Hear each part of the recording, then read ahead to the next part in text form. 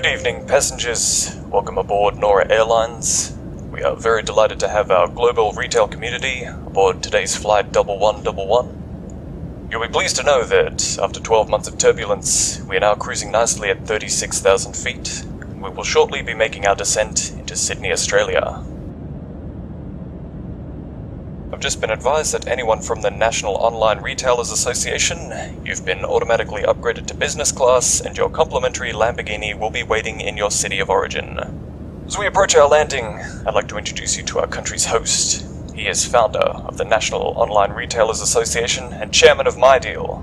Please give a warm welcome for our friend, Mr. Paul Greenberg. Well, greetings everyone, and welcome to the very first stop of the NORA GlobalVision Retail Talent Tour.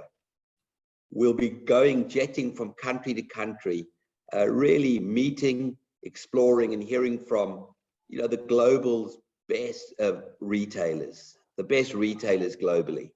And we'll be hearing from some of the best associations that are supporting the retail journeys in their countries. The idea of NORA GlobalVision had its seeds, I suppose, in the popular Eurovision contest, which really is a showcase of the best global creative and musical talent around the world. Well, the NORA GlobalVision isn't that, and you'll be pleased to hear I won't be singing, but we really are very proud of some of our brightest retailers here in Australia, as I know we'll be so proud of some of the retailers we'll hear from around the globe. So this is wonderful. By way of background, my name is Paul Greenberg. I've been in online retail for many, many years, and it's my great privilege to be the non-executive chair of the National Online Retailers Association, or NORA, who, with the support of other global associations around the world, have put together this NORA GlobalVision World Tour. It's also fantastic to have two incredible guests on the show. Simon Beard, the CEO and founder of Culture Kings, an amazing Australian retailer that's making some serious global inroads. And we'll hear from Simon shortly. And then absolutely delighted to have Phil Reichelt, who's the principal of Tenant Leasing Group. Phil, we'll hear from, is very much an instrumental player in the leasing sector in this country, industrial, commercial, retail leasing. And with so much conversation around some of the opportunities and challenges in the property sector, we look forward to hearing from Phil soon. So perhaps a good way to start would be to let the guys introduce themselves. Simon, lovely to see you. I know you've got a brand new baby addition to the family, so thanks for joining us, and I hope you've had a morning cup of coffee on the wonderful Gold Coast. Tell us a little bit about yourself and Culture Kings. So I'm Simon, CEO and founder of Culture Kings, and just always had a sort of love for streetwear, and never worked a job at the markets, really worked in sales and connecting emotion to the product, because I really realized that's what people were buying early on. They weren't buying the product, they were buying that feeling, that state and emotion. If I could generate it myself, I could connect it. And I got really quite good at that, selling like consumer electronics and that, but I always had a love for streetwear. I think I was like Karmaloop's biggest customer in Australia, buying it for myself of the early days of online shopping. And then I just sort of felt like, I wonder if I could sell this next to it. And I had such passion for it, I could really just connect it to it. And then started from the markets, was early days on eBay, started with 1 store, 2 store, we just built it organically year on year, that 20 to 50% year on year growth. Didn't borrow any money, didn't get any investors, just, we did it slower than what I feel we could have, but in that time we really built the muscle, which is so important, of just that organic sort of growth and battling of the stores and online and the swings between it, right up until we did the deal earlier this year as part of our deal of AKA, and then flipped into the public company AKA, and super exciting, as we always feel we've had this potential to be this really the global leader in streetwear, with these iconic stores around the world that create the feeling, the state, the emotion, and connect to the brand, and then scale it through online, and hopefully keeping our 80% online, 20% retail that we're at sort of now the sweet spot, I sort of feel.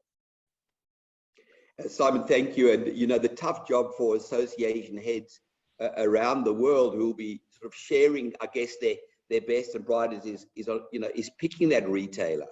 And internally at NORA, Culture Kings came up, our top pick to celebrate and amplify some of our best Australian retail stories for a whole host of reasons. One is, as you say, the fact is that you built the business from the ground up. You and Tani, your wonderful wife and partner. Two, you've always embraced, online retail, but you've got some incredible stores, and hopefully we'll be able to showcase those via videos to people around the world. Thirdly, the real aim of this series, the GlobalVision series, is to celebrate the opportunities of cross-border retail. And not only have you built a sizable customer base around the globe, and particularly in the US, you've now partnered with incredible AK brands who listed on the New York Stock Exchange very recently, with fellow stablemates like Princess Polly, like Minimal, Red Dolls, Pedal and Pup. So, we're really so excited for you in the business, and we'll talk a little bit more about some of your US plans as well. And couldn't be more delighted to have Culture Kings, as our, rock star or pop star, much like the Eurovision contest. So thanks for joining us, and congrats on the success you've had so far. Phil, retailers can't build their businesses and can't grow their businesses and, really reach their vision without wonderful partners like yourself who help in the journey. Could you tell us a little bit about yourself and Tenant Leasing Group, a little bit about what you guys do? Yeah, thanks, Paul. It's Phil Reichelt. I'm the founder and principal at Tenant Leasing Group. We've been doing this for 10 years. I'm originally a property valuer from Adelaide. I spent some time in Darwin, and I've been in Sydney for the last 20 years. So we operate nationally, Australia, New Zealand, together with referral partners over in the States and Asia and UK and Europe. Mutual, whatnot. We typically, brands like Culture Kings and Simon, and we're very grateful to be able to have the opportunity to work with Simon and Tani. They've got obviously very exciting, exactly the opposite side of the excitement range compared to what we do. But we try and be with what we've been doing over the last years with valuation and property management and leasing and sales. We sort of dovetailed the business now, Tenant Leasing Group, into a tenant advisory, property advisory business, which we've positioned to have a retail, large format retail industrial bent. So the link between retail and e-commerce and whatnot it's obviously getting larger at the moment, has been for a while, and I think will continue to do so, especially with the demand for industrial property we're seeing out there at the moment in some states, especially our state here, down in Sydney, Western Sydney in particular. So we pretty much look at the briefs from individual brands, and for Simon, who needs everyone wants Simon in their centre, and everyone wants him, and probably the biggest challenge is to, it's more of a marketing concept for the centres than it is paying a rent concept. And we've just done a deal over in Sylvia Park in New Zealand, and it was, quite clear that they, it helps everyone. Everyone's got to win out of this, and that's the most important thing. So, we try and come to the table from a win-win position, which, obviously the amount of traction and the amount of traffic that Culture Kings bring to the centre over there is amazing. And I think off the back of that, it works both ways. So from what I can understand, it was a pretty good store opening over in Sylvia Park. So we try and, we're only as good as our next deal, Paul. So we've got to make it work. So, I say to Simon quite regularly, if we're no good, get rid of us. So that's kind of how we, sort of position ourselves. Yeah, that's backing yourself. Now, I heard through the grapevine that New Zealand store opening wasn't only good, it was magnificent. I mean, there were customers queuing, it was festive, much like the Culture Kings, that experiential retail. There was an amazing burst of energy there, which, as you say, is good for all retail in proximity. And Phil, I think you and I share a common ex-employee in Australia Post. I mean, clearly probably our largest retailer, 4,500 stores around Australia. I saw that. I did see that. Yes. No, one of my first jobs when I got to Sydney was looking after Australia Post. So it was a good introduction to Sydney, because I learned where all the postcodes were, where all the delivery centres were, where all the and whatnot. So between the retail and industrial portfolio, it was a good little entry into what's now has become my own business. So it's really exciting.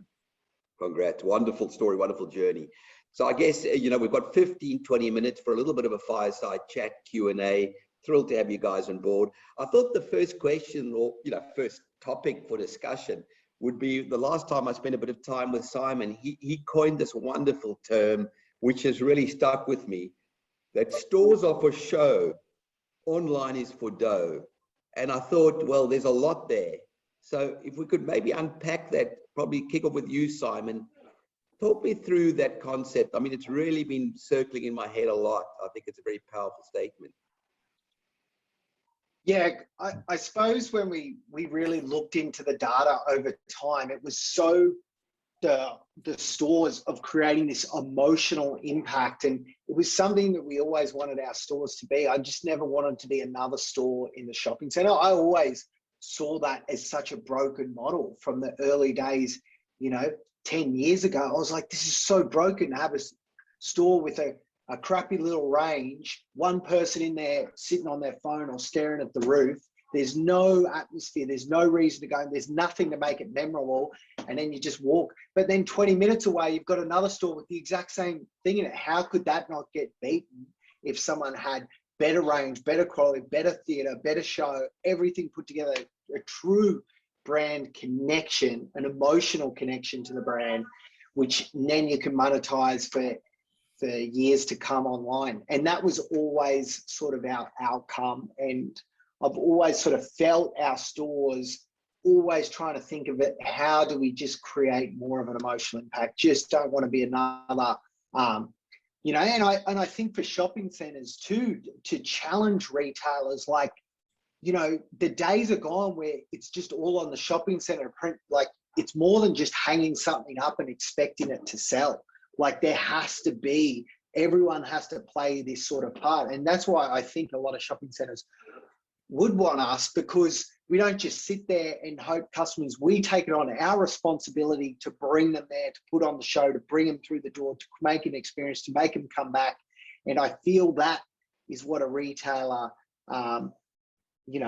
that's what it is. And I've always sort of said that is for show, is that so much of that is creating that brand. And then when we really look at lifetime value and how we can keep that customer engaged, through the online and the repeat purchase and everything is through, is the funnel and driving them in through the store. And that is just becoming more and more prevalent to me, is to make that more so and just get as far away possible from that, all these roll out these little boring, like, forgetful store. Like, someone went shopping, they would not even know they went there. I want everyone to be like, well, what was something, if they walked away, what was something, oh, I remember that Culture Kings, this was going on, or this was happening, or this was what was different. That's really what I believe. And for our global visitors watching this, hopefully you'll be in a Culture King store sooner than later, but they really are a cathedral to the brand. I mean, it's an epicenter of streetwear, where customers are more than customers. They are fans. They are part of this growing, movement. There's basketball courts, there's DJs, there's beautiful lighting. So it's highly experiential. But Phil, just so that I'm a little clearer, and our listeners and our audience, I mean, these stores do significant amounts of transactional volume. So they're not just showrooms, but yet they've created this pivotal connection, which then connects like a digital golden umbilical cord to the customer long after they've left the store. Oh, totally. And I mean, that's half the selling point, and the reason why all these major shopping centres and, owners, high street sort of owners outside the shopping centres are very keen to get the brand from the drive of traffic. And I mean, outside of the power requirements, because you've got all the screens inside, the boot up of the screens and and whatnot. Over in New Zealand, there was a little there's a little room, I haven't seen it yet, where you can, it's an ice room or a thing where you go and try on the parkers, which is pretty cool. But there's little things, and there's little hidden rooms at the back where Simon's very big on the whole, like the socials in relation to getting access. And I don't understand it totally, and I'd prefer Simon to talk to it. But the point of it is there's lots of little things, little nooks and crannies within the fit out that you don't find in a normal fit out, which is really exciting. Probably the most exciting thing when you do a deal, normally, this isn't normally a thing when you do a deal, but everyone wants to see the Culture Kings plans, you know, what's sort of next. So we kind of just slowly release them as we go, but they know they're going to get something special, and the next one's always better, and the next one after that's always going to be better again. So, you know, as we go through this process, it's just a matter of making sure we're positioning the store in the right possible location. We'll look at all the lease expiries coming up, whether it's taking half a H&M site, or because most of the stores are about 1,000 square meters, and there is a power requirement as well, as I mentioned before about the screens, because the screens take a little while to boot up because there's a lot of activity and experiential music and whatnot, like you mentioned before, and the height as well for the basketball court. So we've got to make sure we've got, you know, at least 5 meters height. So yeah, amazing. I wanted to pick up on Simon's point, which I think is very topical, that, you know, the store, the shopping center or shopping mall owners, you know, it's a true partnership, which we've always said for decades, but, you know, the retailers have to do more. But having said that, like the increasing, I mean, we saw recently Westfield launched Westfield Direct. A lot of our global viewers would know Westfield, you know, particularly in the US, as a global chain of shopping centers. What are your thoughts? And Phil, I'll probably stay with you on this, you know, with increasingly, you know, multi-touch connection with the customers, that store to door, you know, might be growing. That click and collect still seems to be a very dynamic channel to connect with customers. What are shopping centers doing here domestically? And, you know, how can they work more and closer with the retailers to deliver customers a great experience? yeah, no, good question, Paul. But I see it, you know, with the Westfield Direct, I mean, I think they're trying, but a lot of brands like Culture Kings and other people who've got other businesses who have got that real underground customer. I say that respectfully, but an underground customer is a very good customer because they're very loyal and they keep coming back all the time. And I think the shopping centers are realizing this, and they're trying to sort of replicate something dissimilar. But the difference they've got is they're working off the brand of the shopping center. I'm not saying it won't work, and it's a great idea, but I think the individual companies who are actually doing it themselves have a lot more loyalty with their customers. So, I mean, over in the States and whatnot, where you see some of the larger owners buying retailers and whatnot, you know, is a bit of a trend. Whether that'll happen over here, who knows? But yeah, it is Westfield are the main guys, but I still see that the brands that are doing themselves, like Culture Kings, are a hell of a lot more stronger. And you know, it's a lot of investment for the shopping centers to do. Whereas if the centers can position themselves with brands such as Culture Kings, you know, they get the traffic, they get the customers, and they're able to, you know, the other shops are able to benefit off the back of that. Simon, thanks, Phil. Anything you'd like to add on how shopping centers or mall owners can partner closer with retailers?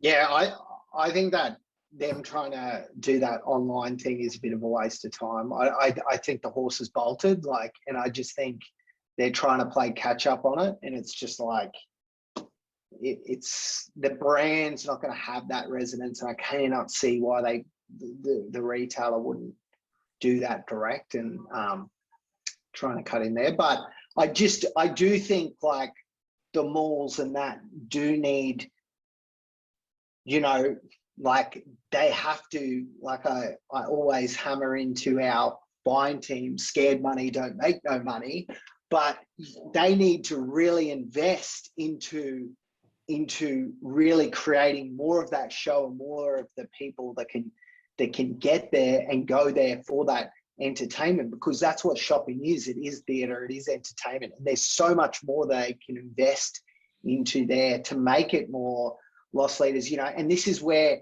even sort of I've dealt with some of the ones and like some of the politics on, like, I remember I had this fucking deal and we could have done we could have got Bieber at the store at like Pack Fair and this, and I just wanted them to chip in some money, sort of. They were just like, you know, it was too bureaucratic, too many hands, like couldn't make a decision quickly. And I sort of felt we missed like such an opportunity, but they just, of such a no-brainer sort of ones where they really need to, how do we make it, work together on more events and draw the ones. And, we've done big basketball tournaments at Pack Fair and stuff. And I do believe, like, when they really look at that, like, they should be paying us to do that, but we're paying for it. But it's a bit of a thing because we're trying to prove a point. But it's like, I do believe there has to be that sort of connection, and especially dive into the numbers, dive into what's the traffic that's bringing there. How do we keep, doing that and increasing it? What are those things? But yeah, that's what I sort of feel they should be just leaning way more into that physical experience and stuff. And the online thing is you're wasting money there, I reckon. Yeah, I mean, powerful points. A couple of things come up for me. First of all, for our viewers, Pack Fair is Pacific Fair, largest shopping centre in the Southern Hemisphere, up in the magnificent Gold Coast, which is where Simon and his family live. And that view in Simon's backdrop, although it's a screenshot, is not dissimilar to what he looks out on every morning. So wonderful part of the world, perfect one day, or beautiful one day, perfect the next.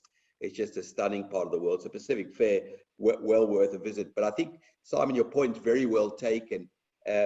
But I suppose, in fairness, there would be, Culture Kings is a brand that is miles ahead of the online retail or the digital curve, a pioneer in consumer direct online retail. But there'd be a lot of store tenancy that don't have your experience, your IP, your skill, and your passion for that multi-touch retail. And perhaps they can benefit, from some of these initiatives. But I hear you. I mean, at the end of the day, you guys have taken the lead. You true phygital retailers, which is a lovely play on the physical and digital meld. And of course, NORA, as the National Online Retailers Association, which I chair and had the good pleasure of starting, has really moved its dial to this kind of, everyone's in online retail. Online retail is everyone's opportunity. Whether you've got an online store or not is academic when someone walks into your store with this mobile phone, which I think is lost on my screenshot. But, so I think you're well ahead of the curve.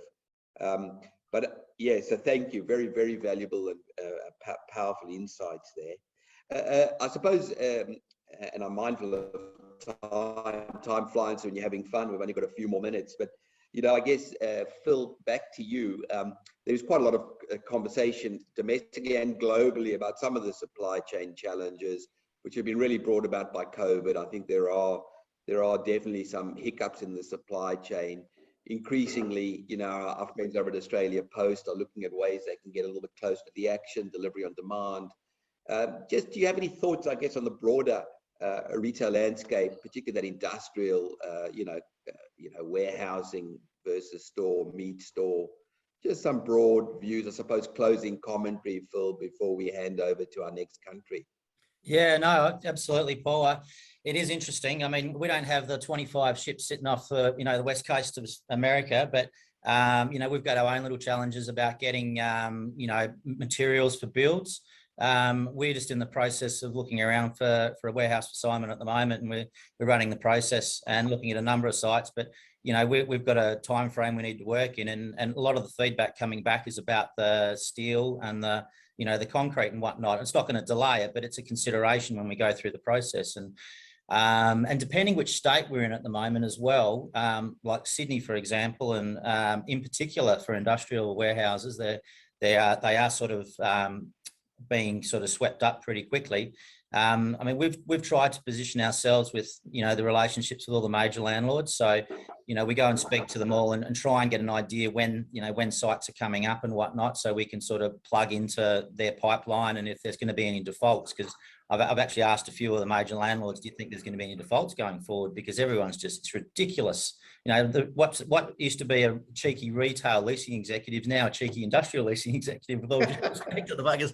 But it's like, it's interesting, and it's just so they're able to play a bit of a game with us, and it always used to be the other way around. So it swings and roundabouts, and like all the smart investors, 5 years time, it'll be back to retail again. But at the moment, we're just experiencing high demand, and the number of defaults next year will be interesting. But once again, depending on which state you're in, will depend on what the availability is and what the rents are and the incentives and all those types of things. But they're probably the main things. And the real push for e-commerce, food distribution, frozen goods, whatnot. But e-commerce is the big in demand, pretty much across the board. But Yeah, but rates are going through the roof.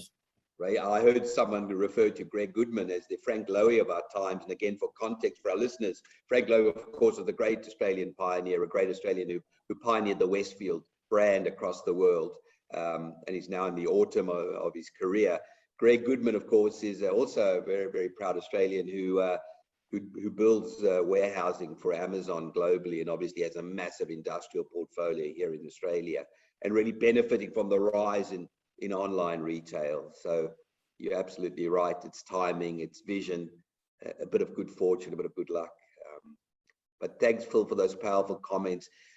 In closing, Simon, last words to you.